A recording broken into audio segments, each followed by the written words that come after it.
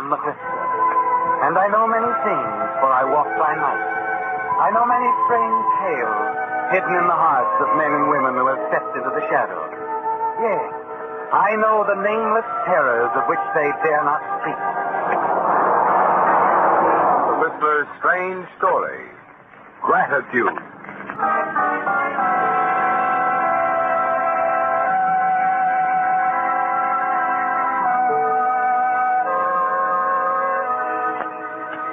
The water surged with the impact of the terrific struggle going on below its surface. Two men tugged and pulled at one another, swirled and twisted free, then locked together again, and the struggle became even more intense. Two men, one young and strong, the other older and fighting with all the waning strength left in him.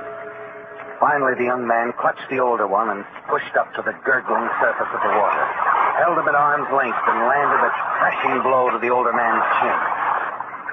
The struggle was over, and the young man, spent and breathless from the ordeal, slowly towed the limp form of the older man to the water's edge. The small crowd which had gathered closed around them, and the older man was lifted to safety. The young man, Cliff Garner, sat exhausted at the water's edge, his eyes fixed on the limp form. You okay, Cliff? Yeah, sure. Is it all right? They're working on him. He'll be fine, Cliff. And if I know Sid Lorenz, he'll never forget you for saving his life.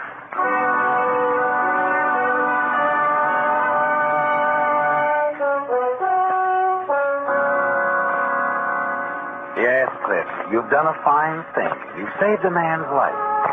Not just an ordinary man, either. You've saved the life of Sid Lorenz, the famous and fabulously wealthy motion picture producer.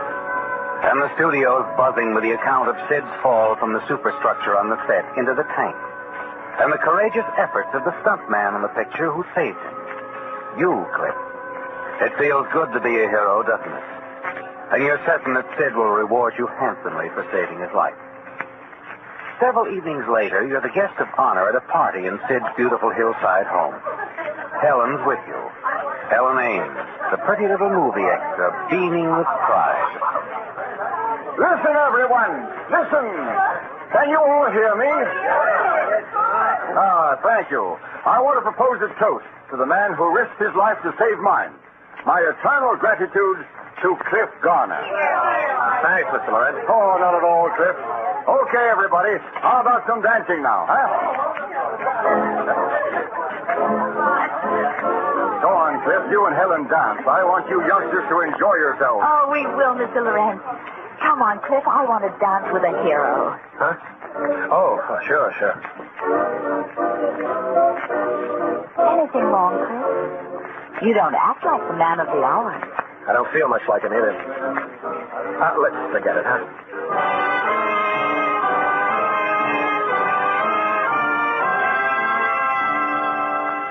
You expected more than a toast, didn't you, Cliff? The smile, the gratitude Sid expressed. You expected something more tangible than that, and you're disappointed. The evening wears on, and you're certain that Helen senses your disappointment, but she says nothing. You grow sick of the sight of well-dressed people, of the wealth and means all around you. Sid's lavish home, his lavish friends, and his eternal gratitude to you, the man who saved his life. And then, about midnight, you find yourself in the library with Helen, Sid, and several of his close friends. Say, Sid, about your new picture, I have a couple of problems that Save them till I get back, Sam. I'm on a vacation. Oh, are you going away, Mr. Lorenz? Oh, just to Palm Springs for a month, Miss Ames. I need a rest. If it had been for Cliff here, you might have gotten that long rest, kid. Yes, I know. I owe Cliff a lot. I'll forget it, Sid. I didn't do much. Oh, yes, you did. And I won't forget it. Of course, I've thought about it a great deal. You know, you can't offer a friend money for saving your life. Besides, I know that a guy who'd risk his life for a friend wouldn't want money for it. But you can be sure of one thing, Cliff. You'll always have a job with me. A good job. Oh, that's fine. Oh, thanks, Sid. That's fine. Fine. I certainly appreciate it. Oh, you don't have to thank me for anything.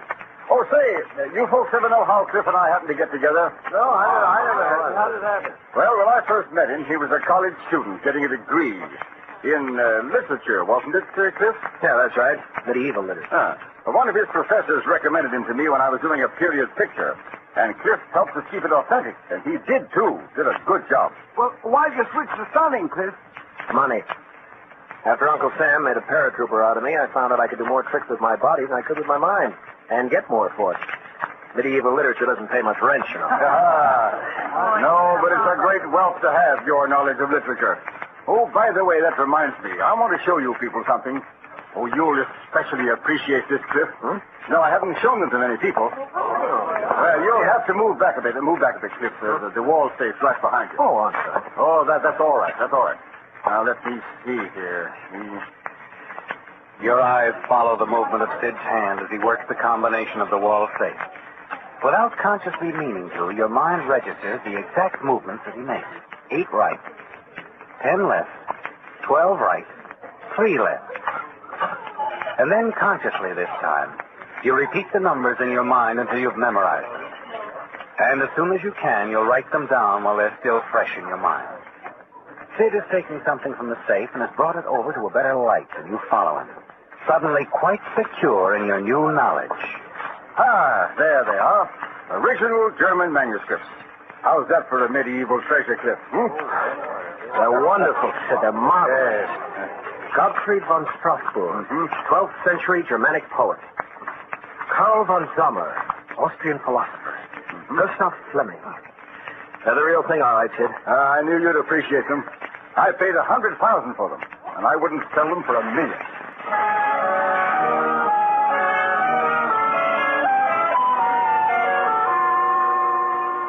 You know the yellowed manuscripts are worth all of $100,000, don't you, Cliff? You recognize their value immediately, and a plan begins to form in your mind. You know the combination of the wall safe where Sid has returned the medieval manuscript, and Sid's leaving the next day for Palm Springs, taking the help with him. Somehow the fact that Sid didn't reward you financially for saving his life is easier to take now, isn't it, Cliff? You think about it as you drive Helen home from the party. Well, wonderful party, wasn't it? Yeah, fine party. Oh. It was nice of Mr. Lorenz to guarantee you a job that way for as long as he lived. That's what he said, wasn't it? That's what he said. You know, Cliff, I suppose this sounds terrible, but I really think he should have given you a reward. Money, I mean. Oh, is it awful of me to feel that way? I wouldn't worry about it. Oh, well, I'm sorry, Cliff. I guess it shouldn't bother me if it doesn't bother you.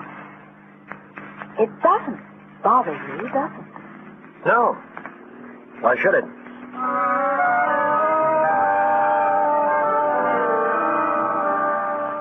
No, it doesn't bother you, Cliff, because you've already decided to take your own reward from Sid Lorenz. It's a simple plan, and early the next evening you put your plan into action. You drop by Helen's to break your date with her for that night, and then you drive to Sid's hillside home. You park your car down the road. You quietly make your way along the high hedge toward the house. Suddenly you hear footsteps ahead of you, and you crouch back into the hedge. A flashlight penetrates the darkness at the entrance of the house. And then you see the old caretaker on his regular tour of the grounds. He turns, goes off across the terrace, and you hear his footsteps slowly die away in the distance. And then you move quickly to the side of the house and the library windows. Force a screen, then the window, and you're inside. In a matter of minutes, you have the manuscripts in your hand, and you retrace your steps hurriedly back to the car. Helen. Hello, Cliff. So you stole the manuscript. But why did you do it?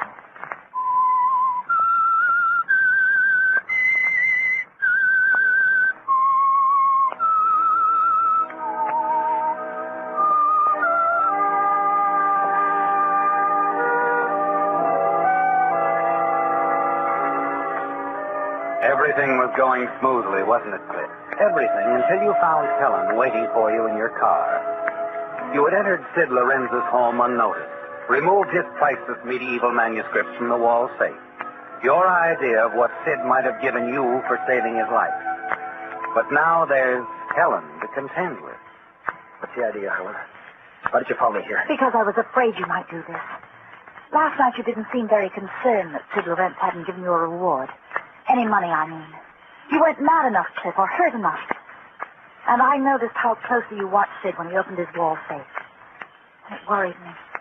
And tonight, when you came by and broke our date, I just knew I'd find you here.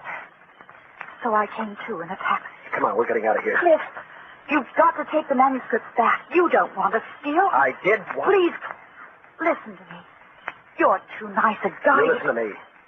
I didn't ask you in on this. This deal is mine. Sid says these manuscripts are worth $100,000. Well, that's great with me. Now I've got them. I won't have any trouble dumping them for a quick $50,000. So you just forget you tagged along tonight. I won't forget. I'm sorry I know about it, Look, but I... Helen, will you be reasonable? I did this guy a big favor. I saved his fat neck. What does he do? Nothing. Oh, I know. I can always have a job with him as long as he lives. Well, that's just dandy. Well, I like this job better. For $50,000. Oh, Cliff, it just isn't right. You can't do it. Nothing's worth the risk you're taking. Not worth hiding the rest of your life. I warn you, Cliff. If the police question me about this, I'll have to tell them the truth. I'll talk, Cliff. I'll have to. Okay, Helen. Okay, we'll take him back. But I... Look, I want to be sure they get back in the safe, don't you? Come on before I change my mind.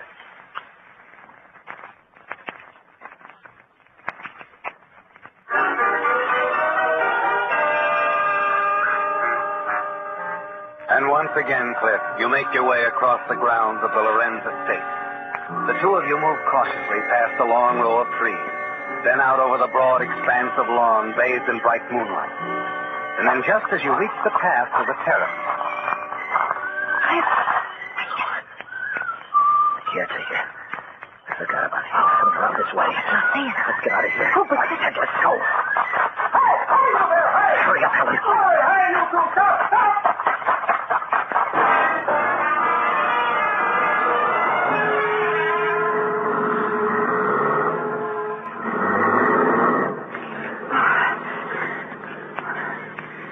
Well, sweetheart. You satisfied?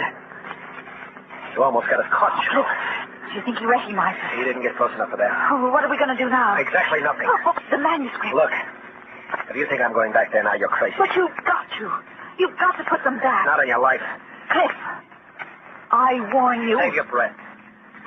There's nothing you can do about it now. What do you mean? You're involved in this just as much as I am. The caretaker will remember seeing two people run from the house.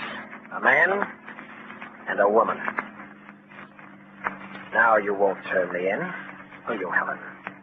But I had nothing to do with stealing the manuscript. I know that, but the police won't. If I'm picked up. Is that clear, sweetheart? Yes, Cliff.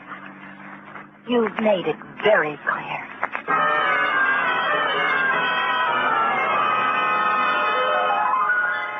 You're sure you have nothing to fear from her now, Cliff?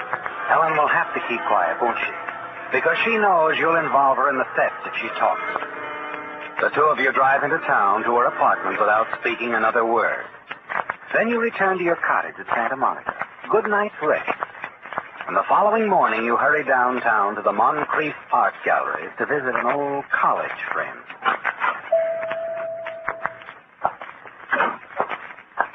Good morning, sir. May I? Well, what do you know? Hello, Stan. Cliff, you old son of a gun. How are you? Fine. How's the art business? Oh, well, very fun. Say, I am glad to see you. What brings you around? Well, frankly, something you once said about your boss. Moncrief? Hmm? That he buys and sells and never asks too many questions. Oh, that. Well, perhaps I gave you the wrong impression of Mr. Moncrief. I don't think so. Well, sure, he operates a legit business, but from what you said, he isn't against picking up a buck now and then that isn't quite so legit. Oh, it'll have to be worth his while. I think you'll find it worthwhile. Why don't you skip back there to his office? Tell him I'd like to have a little chat with him, huh? All right. Wait here.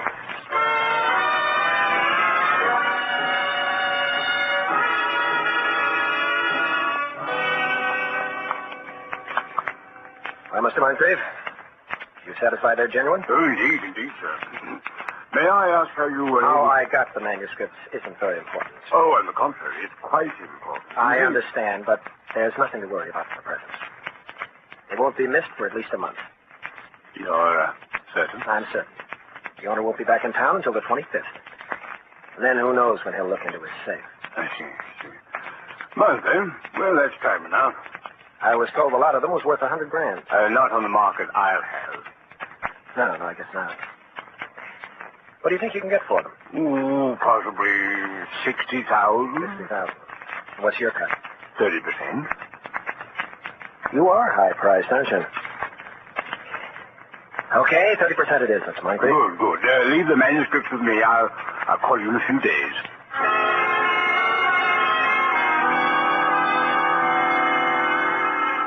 You leave Moncrief, drive back to your cottage. And you wonder if it wasn't a mistake turning the manuscripts over to him, don't you, Cliff?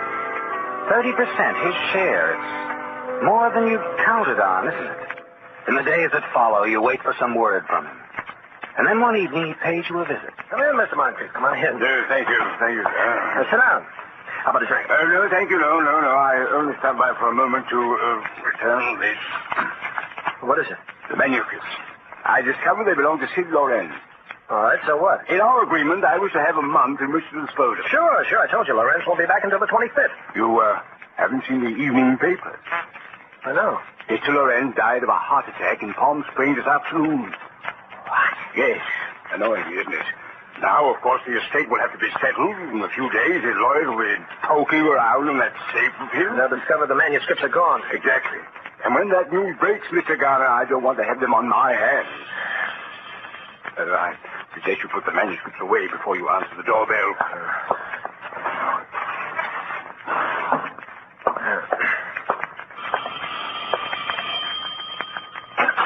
Hello, Cliff. Oh, it's you. Have you seen the papers? Lorenz is dead.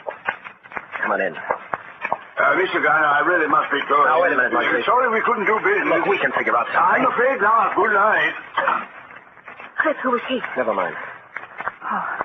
Well, you heard about Mr. Lorenz. Yes, I heard about Lorenz. Oh, Cliff, you've got to return the manuscript before Don't they start. start in on that again. But how do you know the caretaker didn't recognize us that night? I don't. But look, if he had, we'd have heard about it by now, wouldn't we? Oh, please, Cliff. Well, there's still time. Take them back. I'll help you. I'll do anything you say. Leave me alone, will you, Helen? If they find you with the manuscripts, it'll mean prison. Don't you understand? Prison. Stop yakking, will you? I want to think.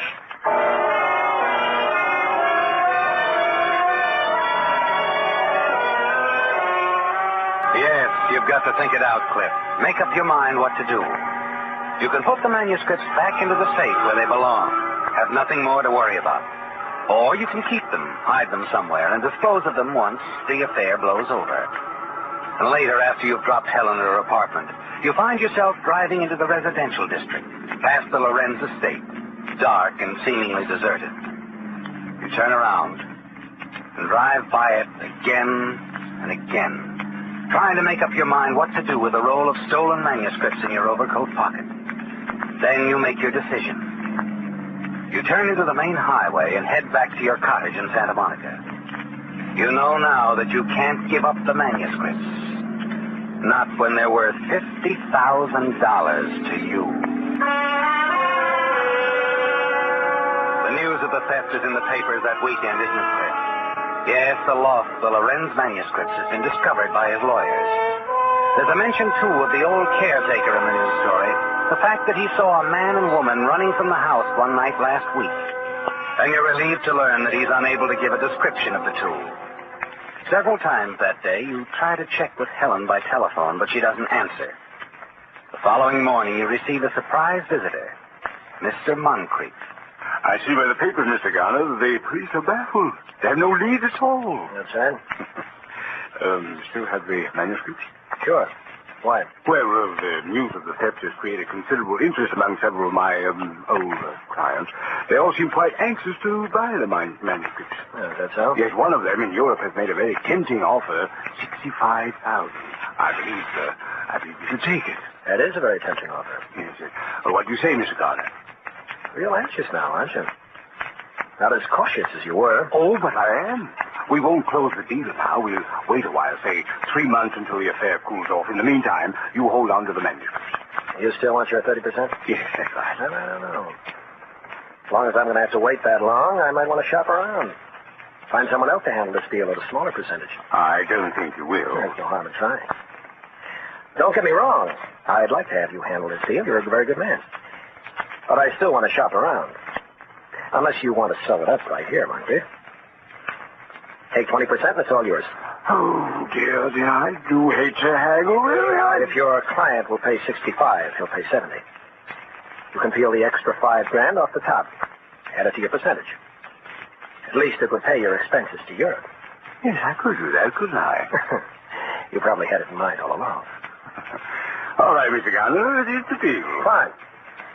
You're sure nothing will go wrong? Oh, leave it to me, Mr. Garner. Just leave everything to me. Hold on to the manuscripts until I ask for them. You'll have around $50,000 in cash before the year's out, I promise you. Love the sound of your voice, Moncrief, when you speak like that. Love it.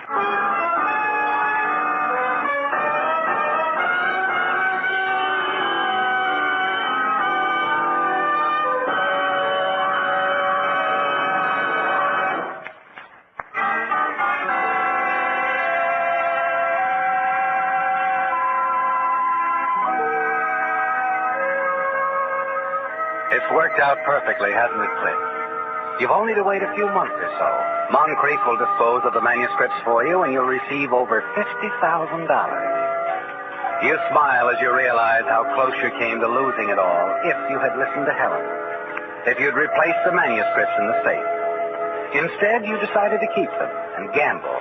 And now that gamble is going to pay off. After Moncrief has left your cottage, you can't resist taking the manuscripts from your desk drawer and looking at them. You settle down in the big easy chair by the fireplace and congratulate yourself. Suddenly you sit up as you hear a car stop outside your cottage. You move quickly to the window. A police car. Panic sweeps over you as you see two men step out of the police car and start down the path toward your cottage. They're coming here. Helen. She told them. She must have told them. Find you with the manuscripts, Cliff. You'll mean prison. Don't you understand? Prison. Your eyes dart around the room, looking for a place to hide the stolen manuscripts. But it's too late, isn't it? You don't have time. In a split second, you make your decision. It's the last thing you want to do. But you throw the manuscripts into the fire. You stand there helplessly, watch them go up in flames. It takes but a moment, and then they're gone. $50,000. But that's better than going to prison, isn't it? Yes, the police can prove nothing, can they, Cliff?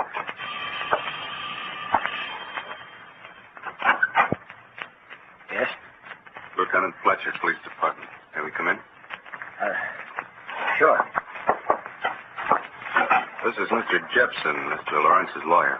We, came about the Lorenz manuscripts, Mr. Garner. You must have read about them in the papers. They were stolen. Sure, I've read about it. We just dropped by to give you a report on how we're making out.